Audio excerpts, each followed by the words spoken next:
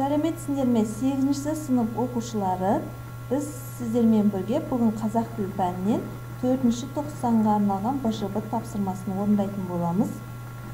Бұл бөлімде біз театр және өнер мәдениеті туралы өткенбіз. Енді сол мәтін бойынша, сол бөлім бойынша сіздерге мынадай БЖБ тапсырмасы берілді. Сіздерге мәтін берілген. Бұл мәтінді мұқият оқып алыңыздар, түсініп алыңыздар. Бұл жерде Қазақстанға белгілі еңбек сіңірген қайраткері Әлия Бөпежанованың қазіргі сатиралық театрлар туралы айтқан пікірін жазған. Мынау осы пікірді оқып алып, астында осы тақырып бойынша мынадай сұрақтар берілген. Ал балалар, ол үшін сіздер менің еңбегімді бағалап, менің каналыма тіркеліп кетіңіздер. Бірінші мәтін бойынша бірінші сұрақ. Мәтіннен экспрессивті эмоционалды сөздерді теріп жазыңыз делінген. Ал енді бұл мәтіннен мына қызылмен ерекшеленіп сендерге көрсетіп қойдым. Мәтіннің ішіндегі экспрессивті эмоционалды сөздер. Бұлар саны бар, сапасы сын көтермейді. Отбасы ошаққасы, тілді дұрыс айтпау, құда-құдағилар сияқты жеңіл-желпі тақырыптар, жеңіл-желпі сөздер, өздерін жарнамалауға бейім, арзан күлкі, ақша үнемдеу, лайықты еңбекақы, әйел болып киінген, шалбарын шот кескен келіншектер. Міне осы сөздер экспрессивті эмоционалды сөздер болып табылады. Келесі, екінші тапсырма. Кестені толтырыңыз делінген. Мұнда автордың көзқарасы мен сіздің авторға берген пікіріңіз. Екеуі екі кестеде орналасқан.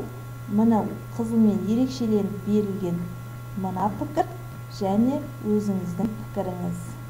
Автордың көзқарасы қандай деген пікірге мынадай жауапты ұсынып отырмын. Дәптерлеріңізге жазып алыңыздар. Автор қазіргі әзіл-сақ театрлардың сапасын көтермейтіндігіне қынжылады. Саны көп, бірақ сапасы нашар, айтатын әзілдері жеңіл-желпі тақырыптар туралы. Кәсіби сықақшыларға әзіл жаздыртуға ақшаларын үнемдейді деп пікір білдіреді. Ал сіздің көзқарасыңыз. Мен автор ойымен толық келіспеймін. Себебі қазіргі таңда әзілі жап-жақсы сапалы театрлардың саны артып келеді. Қазір бәрінің көзі ашық, көкірегі ояу.